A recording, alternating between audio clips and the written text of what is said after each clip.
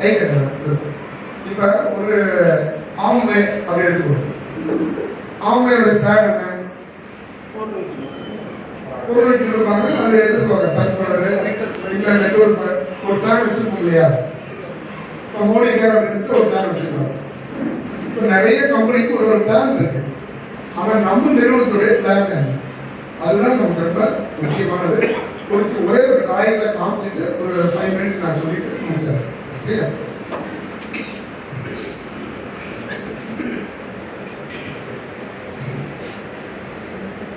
இப்போ நம்ம கம்பெனி வந்து என்ன அப்படின்னா, ஃபர்ஸ்ட் வந்து பார்த்தீங்க அப்படின்னா கோல்டு அண்ட் சில்வர் நம்ம ப்ராடக்ட் வச்சுருக்கோம். கரெக்டுங்களா? இப்போ இது என்ன பண்ணுறோம், நம்ம மேனுஃபேக்சரிங் பண்ணி இது நம்ம லாரி வச்சுருக்கோம். ஃபார் எக்ஸாம்பிள் லாரி சொல்லி டேரெக்டாக என்ன பண்ணுறோம், ஒரு ரீஜனல் டீலர். இங்கே என்ன பண்ணுறோம், ஜோனல் டீலர். இங்கே என்ன வருது, டிஸ்ட்ரிக்ட் டீலர். அடுத்து என்ன வருது, தாலுக் டீலர்.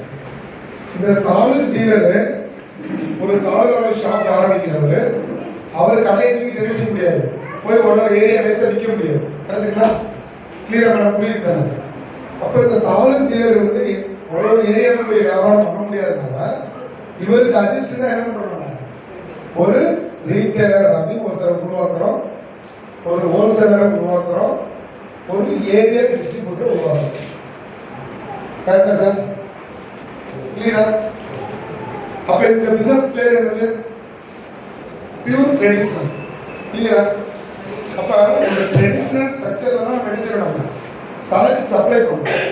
அப்ப நம்மகிட்ட என்னென்ன இருக்கு, கோல்டு சில்வர் இருக்கு. அதுல கோல்டு காயின், சில்வர் காயின். சரியா?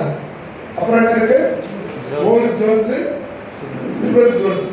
சரி, சில்வர் ஜுவல்ஸ். அப்புறம் என்ன இருக்கு, கோல்டு பிளேட், டம்ளர், ஸ்பூனு, சில்வர்ல வெசல்ஸ் அப்படின்னு வச்சுக்கோங்க. வெசல்ஸ் வச்சுக்கோங்க, பாத்திரங்கள். இந்த 3 ப்ராடக்ட்டும் நம்ம என்ன பண்றோம் அப்படின்னா, நம்ம மேனுஃபேக்சரிங் பண்ணி ஒரு ரீஜனல் டீலர். ரீஜனல் என்னது, கிட்டத்தட்ட 9 மாவட்டம் கவர் ஆயிடும். ரீஜனல் யார் வர போறாங்க, ராமன் சார் ரீஜனல் ப்ரொமோஷன் ஆயிருக்காரு, டாக்டர் சார் அந்த ரீஜனலுக்கு வந்துட்டு இருக்காரு. அது ஜோனுக்கு வர போறாரு, அடுத்த ரீஜனலுக்கு போயிடுவாரு. கிட்டத்தட்ட ஒரு 10 மாவட்டத்துக்கு அவங்க தான் யாரு இன்சார்ஜ், ஹெட்டு. அப்புறம் என்ன இருக்கும், மேனுஃபேக்சரிங் பண்ணி சரக்கு இங்கே வந்துருக்கு. இங்கே இருந்து செய்யுது நமக்கு ஜோனலுக்கு போகுது. 3 ஜோனல் சேர்ந்து தான் ஒரு ரீஜனல். இப்படி ஒரு ஜோனலுக்கு எந்த மாவட்டம், 3 மாவட்டம் இருக்கு. இப்போ ரீஜனல் ஜோனல்ல இருந்து என்ன ஆகுது, டிஸ்ட்ரிக்ட் போகுது. டிஸ்ட்ரிக்ட் இருந்து என்ன ஆகுது, தாலுக் போகுது. தாலுகாவில் இருந்தால் ரீட்டைலர், ஹோல்சேலர், ஏரியா டிஸ்ட்ரிபியூட்டர் இருக்காங்க. இவங்க 3 பேர் எங்கே போவாங்க, கஸ்டமர். கரெக்டா? இந்த 3 பேர் இருந்தால் இப்போ கஸ்டமர் போகிறாங்க. இப்போ கஸ்டமருக்கு போகும்போது நம்ம என்னென்ன ஆஃபர் வச்சுருக்கோம் சொன்னார் இல்லையா, கோல்டு வாங்குறதுனால 4 வகையான ஆஃபர், நகைச்சிட்டு போடுறதுனால 4 வகையான ஆஃபர். டக்குனு சொல்லி போடுவோம் என்னென்ன ஆஃபர் இருக்கு, நீங்கள் கவனிச்சிங்கன்னா பார்க்க வேண்டாம். சரி, பரவாயில்ல, நீங்கள் கூட்டு வந்தால் மட்டும் தெளிவாக கேட்டு. அதில் 4 வகையான ஆஃபர் எப்பயுமே உங்கள் மனசில் இருக்கணும். சார் இப்போ எடுத்து நகை வாங்கினா என்ன சார், ஃபோன் அடிச்சு கேட்கக்கூடாது. இது வந்து எப்படி சார், இது ஒருத்தர் காயின் வாங்கக்கூடாது. சிவா சார் புரியுதா, உங்களுக்கு தான் மெயினானது. காயின் வாங்கக்கூடாது, எப்படி சார் காயின் வாங்குறது, நீங்கள் கேள்வியே என்னை கேட்கக்கூடாது. எனக்கு கிளாஸ் இருக்கிற கவனிக்கலைன்னா உங்களுக்கு ஃபோன் அட்டன் பண்ண மாட்டோம். அதுக்கு தான் கிளாஸ். நீங்கள் ஒரு மீட்டிங் எவ்வளோ செலவாக தெரியுமா, அதுக்கு 100 பேர் அட்டன் பண்ணுறான்னு வச்சுக்கோங்க. 100 பேருக்கு ஒரு சில்வர் காயின் கெட்டு கொடுத்தா ஒரு 180 ரூபா ஒரு சில்வர் காயின். 100 பேருக்கு எவ்வளோ ஆச்சு, 18,000 ரூபாய் ஆச்சு. கரெக்டுங்களா? ஒரு வாடகை எடுத்துக்கணும். இது சாரோட இடம், நம்ம வாடகை கொடுத்தா ஒரு 6,000 ரூபாய் வரும். அதுபோல் டீ ஸ்நாக்ஸ் எல்லாம் சேர்ந்தா 50,000 ரூபா ஒரு மீட்டிங் செலவு பண்ணி உங்களுக்கு ரிஸ்க் எடுத்து என்ன செய்யறோம், இந்த தொழிலுடைய ரகசியத்தை சொல்லி கொடுக்குறோம். இது இன்வெஸ்ட்மெண்ட் கம்பெனி மாதிரி, நெட்வொர்க் கம்பெனி மாதிரி அசால்ட்டாக நம்ம கவனிச்சுட்டு 250 கால் எங்களுக்கு பண்ணுறீங்க. அதை தயவு செய்து பண்ணவே கூடாது. நீங்கள் மீட்டிங் எடுக்கும்போது கவனமாக கவனிங்க. இதுதான் நம்ம நிறுவனத்தினுடைய மெயின் ஸ்ட்ரக்சர். இந்த ஸ்ட்ரக்சர் எப்படி ஆப்ரேட் ஆகுது, கிளியரா? இது எப்படி ஆப்ரேட் ஆகுதுன்னு முதல்ல தெரிஞ்சுக்கணும். இது எப்படி ஆப்ரேட் ஆகுது அப்படின்னா, இந்த ஒவ்வொரு ரேங்க் இருக்கு இல்லையா, சப்ளையர்ஸ், இவங்களுக்கு ஒவ்வொருத்தர்களுக்கும் அவங்களுக்கு இன்வெஸ்ட்மெண்ட் அமௌண்ட் இருக்கு. இவங்க 5 கோடியில் ஆரம்பிக்கலாம், இவங்க 1 கோடியில் ஆரம்பிக்கலாம், இவங்க 25 லட்ச ரூபா, இவங்க 5 லட்ச ரூபாவோட ஆரம்பிக்கலாம். இங்கே 1 லட்சம், 3 லட்சம், 15,000. கஸ்டமருக்கு எந்த கண்டிஷன் கிடையாது. இதில் எதில் வேணாலும் நீங்கள் வாங்கலாம். அப்போ இந்த ஸ்ட்ரக்சர் வந்து எப்படி உங்களுக்கு வந்து ஆப்ரேட் ஆகுது அப்படின்னு கேட்டிங்கன்னா, நல்லா தெளிவாக புரிஞ்சுக்கங்க. நம்ம நிறுவனத்தில் 3 பேர் இருக்காங்க. யார் இருக்காங்க? நம்பர் 1 வந்து சப்ளையர்ஸ், கரெக்டா? 2 வந்து யாரு? மார்க்கெட்டிங். 3 யாரு? கஸ்டமர்ஸ். இந்த 3 பேருக்கும் 3 பேருக்கு ஒரு ஆஃபர் கிடைக்குது. என்ன கிடைக்குது? சப்ளையருக்கு அவருக்கான ஸ்டாக் கிடைக்குது, அவர் எவ்வளோ பொருள் விற்கிறாரோ அவருக்கு இன்சென்டிவ் கிடைக்குது. மார்க்கெட்டிங் பீப்புளுக்கு என்ன கிடைக்குது? மார்க்கெட்டிங் பீப்புள் மார்க்கெட்டிங் பண்ணுறாங்க, அவங்களுக்கு டெய்லி இன்கம் கிடைக்குது, மந்த்லி இன்கம் கிடைக்குது, 3 மந்த் பிறகு ப்ரொமோஷன் கிடைக்குது. அப்படின்னா என்ன இருக்கும்? ஒரு 6 வகையான வருமானம் கிடைக்கும். 5+1, சரியா? அப்போ என்ன இருக்கும்? டெய்லி இன்கம் என்ன இருக்கும்? நான் ஒருத்தர் பிஸ்னஸ் ஆப்பர்ச்சுனிட்டி கொடுக்குறேன், எனக்கு உடனே சேல்ஸ் இன்சென்டிவ். ஒருத்தருக்கு என் இருக்கிற கோல்டை நினைச்சு எனக்கு வித்துட்டேன், உடனே எனக்கு கிடைக்கிறது சேல்ஸ் இன்சென்டிவ். 24 ஹவர்ஸ் நமக்கு கோல்டை கிரீட்டாரு. இவருக்கு பில் போடுறேன் நானே, அது பில் மார்ஜ். எனக்கு அது என்ன ஆகுது? 24 ஹவர்ஸ் கிரீட்டாரு. இந்த 2 வருமானமும் எனக்கு டெய்லி கிடைச்சது. கிளியரா சார்? ப்ரொமோஷன் இன்சென்டிவ் அப்படின்னா என்ன அர்த்தம்? நான் சார் அறிமுகப்படுத்திட்டேன், அவர் ரெகுலராக பிஸ்னஸ் பண்ணிகிட்டே இருக்கார், ரீட்டெயிலராக, இவர் ஹோல்சேலராக பண்ணுறாரு, இவர் டீலராக பண்ணுறாரு. இவங்ககிட்ட எனக்கு மந்த்லி வர்றது பேர் ப்ரொமோஷன் இன்சென்டிவ். அது வந்து எனக்கு எப்போ கிடைக்குது? 1ஆம் தேதி நைட்டு நமக்கு கிடைக்குது, 2ஆம் தேதிக்குள்ளே நமக்கு மேக்ஸிமம் கிடைச்சிடும். அப்போ 1 to 2க்குள்ளே நமக்கு மந்த்லி கிடைக்கக்கூடியதான் இந்த வருமானம். My business income. நான் என்னவா இருக்கேன்? நான் ஒரு ரீட்டெயிலராக, ஹோல்சேலராக, டீலராக இருக்கிறேன். சார் சொன்னாங்க இல்லையா, நான் என்னவா இருக்கணும் அந்த வருமானம் எனக்கு 1 to 5க்குள்ளே கிடைக்கும். அப்போ என்ன அர்த்தம்? 1 to 2க்குள்ளே நமக்கு கோல்டாகவே கிடைச்சிடும். அப்போ 4 வகையான வருமானமும் நமக்கு கோல்டாக தான் கிடைக்கும். 5வது என்னது? கடைசியாக பேசினாங்க இல்லையா, ப்ரொமோஷன். அது பேர் என்னது? 4 லட்சம் பேர், 2 லட்சம் பேர், 6 லட்சம் பேர், அந்த வேலைக்கே கிடக்குல. நீங்கள் ப்ரொமோஷன் வேலை பார்த்தீங்க அப்படின்னா ஒரு டர்ன் ஓவர் இருக்கு. மினிமம் 10 லட்ச ரூபா, 60 லட்ச ரூபா.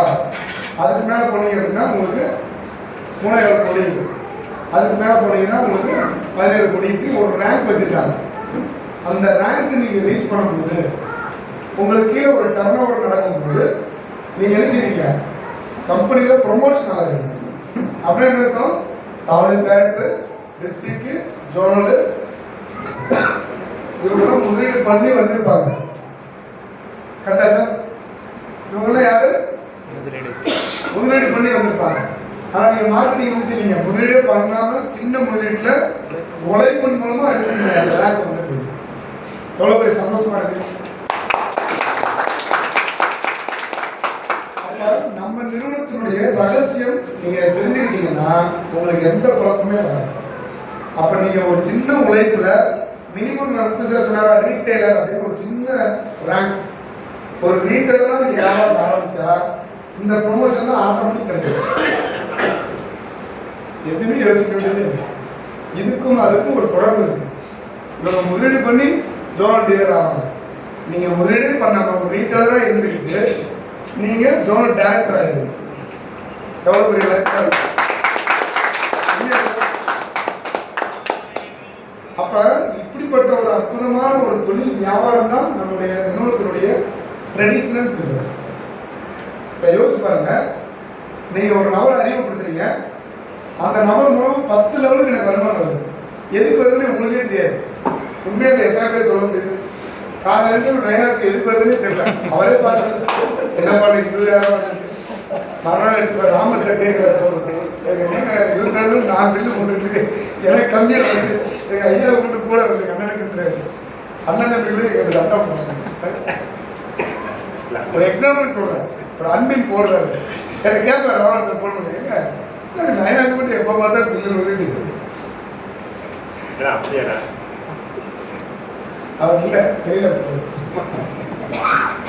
சரியா? எதுக்கு சொல்லுவார் அப்படின்னா, அப்போ இதுக்கு பேர் என்னது உங்களுக்கு சிம்பிளான ஒரு இன்ட்ரடியூஸ் பண்ணக்கூடிய ஒரு வருமானம் அது. அப்போ ஒரு கார் கம்பெனி இருக்கு அப்படின்னா, காரை மேனுஃபேக்சரிங் பண்ணிட்டு சரி இந்தியா முழுவதும் டேரக்டாக போய் கார் கம்பெனி நேரடியாக விற்பான காரை கொண்டு வந்து விற்க முடியாது. அவன் என்ன செய்வான், நேரடியாக வந்து இந்தியா லெவலில் நாம பிரிச்சிருவான். அதுக்கடுத்து என்ன செய்வான், ஸ்டேட் லெவலுக்கு வருவோம், அப்போ டிஸ்ட்ரிக்ட் வருவோம், அப்புறம் தாலுகாவுக்கு வருவோம், அப்புறம் ஏரியாவுக்கு வந்து ஏரியா மூலமாக சப்ளை ஆகும். இப்போ நீங்கள் தெரிஞ்சுக்க வேண்டியது என்ன அப்படின்னா, உங்கள் நிறுவனத்துடைய பிளான் என்ன அப்படின்னு கேட்டால் உங்களை யாராலுமே சொல்ல முடியாது. ஏன் சொல்ல முடியாது அப்படின்னா, அவ்வளோ ஒரு சூப்பரான விஷயங்கள் இதுக்குள்ள இருக்கு. ஏன் அப்படின்னா, ஒரு குறிப்பிட்ட லெவலுக்கு உங்களுக்கு புரியுதுக்காக சொல்கிறேன், குறிப்பிட்ட லெவலுக்கு கேரியர் ஆப்ரேட் ஆகும். எப்படி குறிப்பிட்ட லெவலுக்கு ஆப்ரேட் ஆகும்? நான் இருக்கேன், 10 பேர் அறிமுகப்படுத்திட்டேன், நான் செவனே வேற வேலை பார்த்துட்டு இருக்கேன், ஆனால் எனக்கு டெய்லி வருமானம் இருக்குது. இதுக்கு பேர் என்னது? Career plan. அப்படின்னா என்ன அர்த்தம்? உங்கள் பாசையில் சொல்கிறேன், உங்களுக்கு புரியுதுக்காக. ஒரு நல்லா போயிட்டு இருக்கு, ஒரு குறிப்பிட்ட ஸ்டேஜ் வரும்போது சன்ஃப்ளவர் வேலை செய்யும். அப்படின்னா என்ன இருக்கும், ஆட்டோமேட்டிக் அடுத்த ரேங்க் உங்களை எடுத்துட்டு போகுது. அந்த ரேஞ்சுக்கு முன்னாடி என்ன செய்யும், லெக் பிசினஸ் வேலை செய்யும். எதுக்கு லெக் வேலை செய்யுது? நீங்க ஒரு தாலுகா டைரக்டர்ல இருந்து டிஸ்ட்ரிக்ட் டைரக்டர், ஜோனல் டைரக்டர் எப்படி வந்தாங்க, லெக்ல தான் வருவாங்க. அடுத்து என்ன இது, லைஃப் செட்டில்மெண்ட், காரு வீடு லைஃப் செட்டில்மெண்ட். அப்போ ப்ரொமோஷன் அப்படின்றது ஒரு எக்ஸலண்ட்டான ஒரு விஷயம். அப்போ நீங்கள் தெரிஞ்சு பண்ணிது இந்த வருமானம், இந்த ஸ்ட்ரக்சர் வந்து எங்கள் நிறுவனம் வந்து ஒரு பியூர்லி ட்ரெடிஷ்னல் கம்பெனி. நாங்களே மேனுஃபேக்சரிங் பண்ணுறோம், நாங்கள் சப்ளை பண்ணுறோம், நாங்கள் டீலர் வச்சுருக்கோம், ரீஜனல் டீலர் வச்சுருக்கோம், ஜோனல் டீலர் வச்சுருக்கோம், டிஸ்ட்ரிக்ட் டீலர் வச்சுருக்கோம், தாலுக் டீலர் வச்சுருக்கோம். இவங்க மூலமாக எங்கள் பொருளை நாங்கள் சப்ளை பண்ணுறோன்றது மட்டும்தான் நீங்கள் பேசவே செய்யணும். யாருக்கிட்ட பேசினாங்க, அது ரொம்ப ரொம்ப நமக்கு முக்கியமான ஒரு சப்ஜெக்ட்டு. அதில் நீங்கள் கிளியராக இருக்கும். அதுக்கடுத்து எனக்கு கஸ்டமருக்கு நாங்கள் தெளிவாக சொல்லிட்டோம். ரெண்டு ரகசியத்தை நம்ம சொல்லிட்டு நம்ம நிறைய பதிவு போயிடலாம். ஒன்று என்ன அப்படின்னா, இந்த இடத்துக்கு உங்களை கூட்டிகிட்டு வந்திருக்கு ரெண்டே விஷயத்தை தான் கூட்டிகிட்டு வந்திருப்பாங்க. எதுக்கு? ஒன்று, நகை எளிமையான முறையில் வாங்கி சேர்க்கறது. எங்கிட்ட கடைக்கு பார்த்தீங்கன்னா நீங்கள் நிறைய சேமிக்கலாம் வாங்க. உண்மையாலே சார் அப்படி எத்தனை பேர் கொடுத்துருக்கீங்க? இங்கே வந்திருக்கிறவங்க நகையை சேமிக்கிறதுக்காக வந்துருக்கீங்க. இன்னொரு ரெண்டாவது விஷயம் எதுக்காக கூட்டு வந்துருப்பாங்க, எங்கிட்ட வந்தீங்கன்னா நீங்கள் ஒரு நகை வியாபாரியே மாறலாம் சார். வேற ஏதாவது இருக்கா சார் ஸ்கீமு? வேற ஏதாவது இருக்கா சார்? வேற எது இருக்கா? அப்போ ஒன்று நகையை என்ன செய்வீங்க, வாங்கி சேமிக்கிறதுக்கு வந்திருப்பீங்க, இல்லைன்னா ஒரு நகை வியாபாரியம் மாறதுக்கு வந்திருப்பீங்க சின்ன லெவலில். அப்போ இந்த ரெண்டு ரகசியங்கள் வந்து இந்த கஸ்டமர் அப்படிங்கிறதுக்குள்ள இருக்கு. ஒன்று நீங்கள் என்ன செய்வீங்க, நகையை சேமிப்பீங்க, இல்லை அப்படின்னா நீங்கள் நகைக்கிற முதலாளியே நீங்கள் மாற போகிறீங்க. அப்போ இதை தவிர இங்கே ஒன்றுமே இல்லை. அப்புறம் நம்ம நிறுவனத்துடைய ரகசியம் இதுதான். அடுத்து நம்ம நிறுவனம் வந்து ஒரு ஸ்டாண்டர்டான நிறுவனமா அப்படின்னு எடுத்துக்கிட்டோம் அப்படின்னா, இன்னைக்கு முத்து சார் சொன்ன மாதிரி எல்லா விதமான லைசன்ஸோட ப்ராப்பராக நம்ம கவர்மெண்ட்டுக்கு டேக்ஸ் கட்டுறோம். இன்னைக்கு கூட பார்த்தீங்கன்னா 4,15,000 ரூபா கட்டிட்டு தான் வரோம். இது எதுக்கு? இந்த ரீட்டைலர் ஹோல்சேலர் இருந்தாங்களா, ஏரியா டிஸ்ட்ரிக்ட், இவங்கெல்லாம் பில் போட்டாரு. நாங்கள் பில் போடுறதுலையே கட்டுறோம், இவங்க பில் போடுறதுக்கு 4 லட்ச ரூபாய் கட்டிட்டு தான் வரோம். உங்கள்கிட்ட எதாவது டேக்ஸ் கேட்கமா? கேட்கணும். என்ன காரணம் அப்படின்னா, கஸ்டமர் தான் டேக்ஸ் கட்டுவாங்க. நீங்கள் மார்க்கெட்டிங் பண்ணுற ஒரு டேக்ஸ் கட்டணும்னா பதவி போகணும். அதனால் எதுக்கு இது சொல்ல வரோம் அப்படின்னா, ஒரு ப்ராப்பர் கம்பெனி. இப்போ நம்ம அடுத்த ஸ்டெப் என்ன, ஃபியூச்சர் என்ன சார்? நம்ம நிறுவனம் எவ்வளோ பெரிய நிறுவனம் அப்படின்னு எடுத்துக்கிட்டீங்க அப்படின்னா, இன்னைக்கு வந்து நிறுவனம் ஒரு 200 கோடி ரூபாய் தரமாக நிறுவனம். இப்போ எக்ஸ்போர்ட் ஸ்டார்ட் பண்ணிட்டோம் அப்படின்னா, ஃபர்ஸ்ட் ஆர்டர் நமக்கு 100 CR, அதில் 10% அட்வான்ஸ் கொடுக்குறாங்க. எதுக்கு? நமக்கு பிளேட்டு, டம்ளர், ஸ்பூன் இருக்கு இல்லையா, தட்டு பிளேட்டு, ஐயா தட்டு பிளேட்டு என்ன சார் பிளேட்டு சொல்லுங்க, யாருக்கு எப்படி மாறுங்க அப்படி பதிஞ்சிருச்சு. தட்டு பிளேட், பிளேட்டு, டம்ளர், ஸ்பூன், நடு சென்டர். அப்போ எதுக்கு கேட்டீங்கன்னா, இப்போ எக்ஸ்போர்ட் ஸ்டார்ட் பண்ண போறோம் இல்லையா, அந்த எக்ஸ்போர்ட் ஆரம்பிச்சிருச்சு அப்படின்னா நம்ம நிறுவனம் டைரக்ட் RBI கண்ட்ரோல் இருக்கும். வேர்ல்டோட எக்கனாமிக்ஸ். கோல்டுன்றது உலக பொருளாதாரம். ஒரு நாட்டில் எவ்வளவு கோல்டு ஸ்டாக் இருக்குதோ அந்த ஸ்டாக்கு தான் என்ன செய்ய முடியும், பணத்தை பிரிண்ட் அடிக்க முடியும். நம்ம மோடிஜிட்டு தானே மிஷின் இருக்கு, நம்ம மிஷினுக்கு அடிச்சுக்கலாம்ல, அடிக்கலாமா அடிக்கக்கூடாது, அடிக்க முடியாது. ஏன்னா வேர்ல்டுன்னு ஒரு சட்டம் இருக்கு. அப்போ அந்த வேர்ல்டோட எக்கனாமிக்கை நம்ம எக்ஸ்போர்ட் பண்ணும்போது நம்ம நாட்டினுடைய பொருளாதாரம் இன்னும் கொஞ்சம் டெவலப் ஆகும். அந்த அளவுக்கு ஒரு நல்ல நிறுவனமாக நம்ம இருக்கிறோம் அப்படின்ற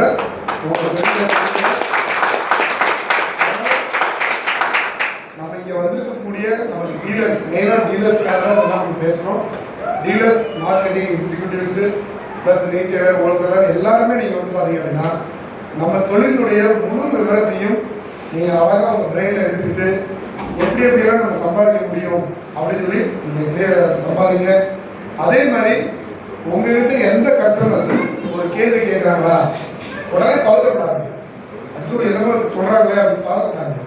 முதல்ல என்ன சார் சொல்ல வராங்க, பாரு சார் கேட்டீங்களா, என்ன சார் வேணும் உங்களுக்கு, உங்களுக்கு டெய்லி வருமானத்தில் பிரச்சனை இருக்கா, பில் மார்ஜினில் பிரச்சனையா, இல்லை உங்களுக்கு ப்ரொமோஷனில் பிரச்சனையா, இல்லை இருக்கும் மை சேல்ஸ் ப்ராஃபிட்டில் பிரச்சனை, எதில் உங்களுக்கு வருமானம் பிரச்சனை.